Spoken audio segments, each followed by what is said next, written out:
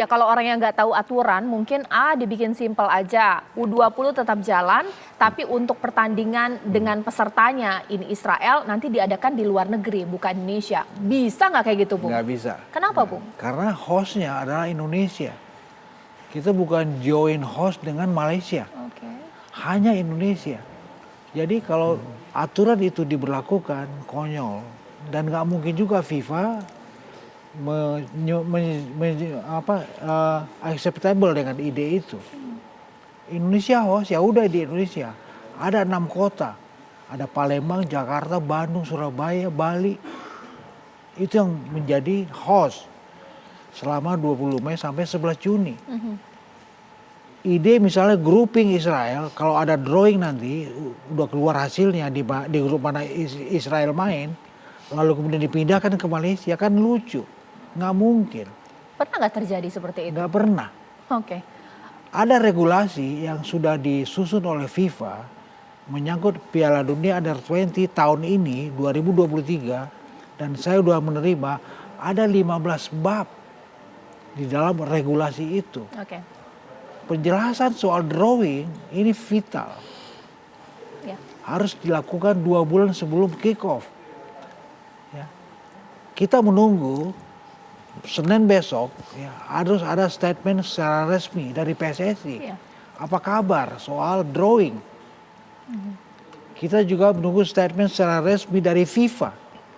Bagaimana nasib penyelenggaraan Piala Dunia Under 20 ini di Indonesia. Harus rapi. Kalau tidak, jelaskan juga sanksinya. Apakah benar isu-isu yang beredar belakangan, kalau Indonesia batal dari tuan rumah, Indonesia kemudian di-ban oleh FIFA. Di-ban seluruhnya? Sama seperti 2015. Oke. Kalau di-ban, kelam sudah masa depan sepak bola di Indonesia. Berat juga ya. Kompetisi tidak boleh. Hal-hal besar yang sudah didesain oleh Erick Thohir bersama staffingnya, ya, itu buyar semuanya. Ya. Tim kedua yang disiapin untuk Piala Dunia ini selesai, nggak beredar. Bahkan tim senior Indonesia yang bakal beredar di Piala Asia 2024 di Qatar selesai. Padahal Piala Asia kita dapatkan dengan berdarah-darah. Kita dapat 33 bulan, 3 tahap, 3 pelatih, sampai 86 orang pemain untuk bisa tiba di Qatar. Tapi kalau kemudian FIFA menjatuhkan ban untuk Indonesia, selesai. Oke, karena saya mengundang pakar dari hubungan internasional di sini, ini pertanyaan yang dimau oleh masyarakat dan pemirsa. Ya. Sebenarnya Pak Reza, kita menerima kedatangan kontingen sepak bola dari Israel dianggap sebagai pengakuan atas Israel tidak? Kan ini ya kan yang dikhawatirkan, seperti apa Pak Reza? Saya perhatikan dalam semua statement pemerintah Indonesia, selalu kita mengatakan ya bahwa pengakuan kita atas Palestina itu tidak bisa digoyang-goyang. Kita selalu menolak berhubungan secara formil dengan Israel. Bahkan aturannya sudah jelas. Misalnya pegawai negeri tidak boleh berkunjung ke Israel dan Taiwan. Kemudian tidak boleh ada kontak langsung antara otoritas Indonesia dan otoritas Israel. Tapi kita hidup dalam suatu dunia yang penuh kompleks ya, kompleksitas ya. Israel itu kan ada kalanya ke Indonesia dengan jalur resmi loh. Kalau mereka menjadi perwakilan dari UN, United Nations. Perwakilan mewakili Israel dalam persidangan UNICEF, UNESCO, UNDP. Mereka datang. Dan diundang, dibawa oleh UNICEF ke Indonesia, dibawa oleh PBB ke Indonesia. Tidak ditolak pada saat itu? Tidak ditolak.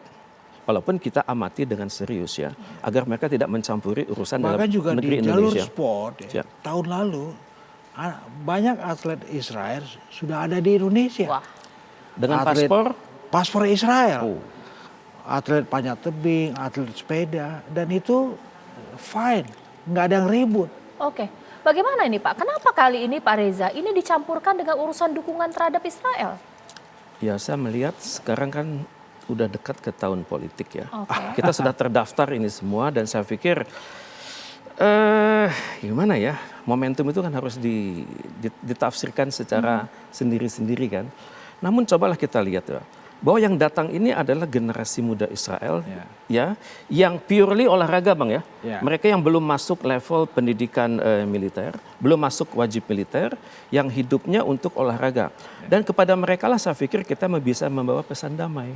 Bahwa Indonesia ini kasarnya udah capek lah kita berurusan sama generasi bapakmu, generasi kakekmu, itu nggak ada ujung. Sekarang kita mau investasi pada Anda gitu. Bahwa Indonesia ini adalah negara yang bermartabat, terhormat, dan sayang pada umat manusia sesuai dengan konstitusi kami dan ideologi kami, ideologi nasional kami.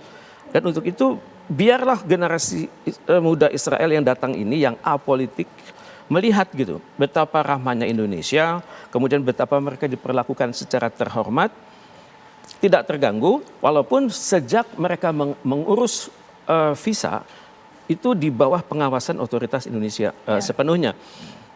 Jadi saya pikir kita izinkan generasi muda Israel itu untuk datang sebagai duta perdamaian Indonesia untuk Israel ke depan.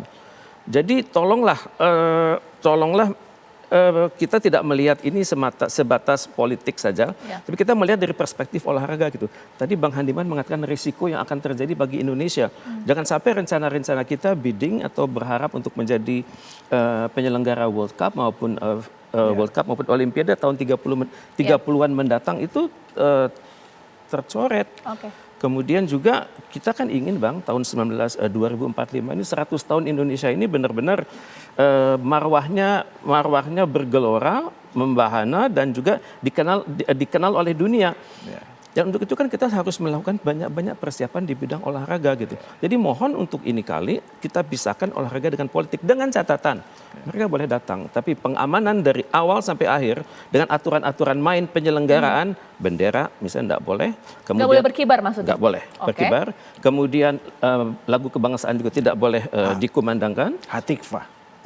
Kemudian yel-yel untuk Israel juga tidak boleh terjadi di hotel maupun di lapangan maupun dalam perjalanan dari hotel ke lapangan.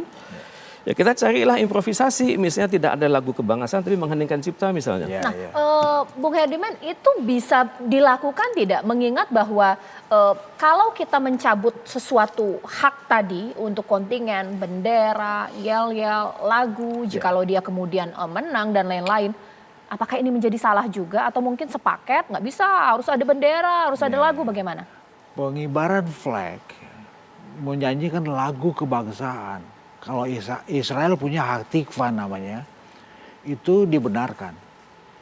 Dan itu sudah kejadian di medium yang namanya Olimpiade. Rusia hadir di medium Olimpiade tidak dengan atas nama Rusia, walaupun atletnya asli dari Rusia. Israel beredar di Indonesia untuk Piala Dunia Under-20.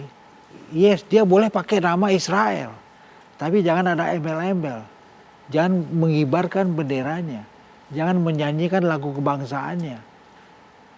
Boleh jadi sebutlah ini menyangkut marwah politik Indonesia, tapi sebagai sebuah tim sepak bola menyandang nama Israel, monggo, nggak masalah gitu loh. Jadi memang lagi-lagi kita harus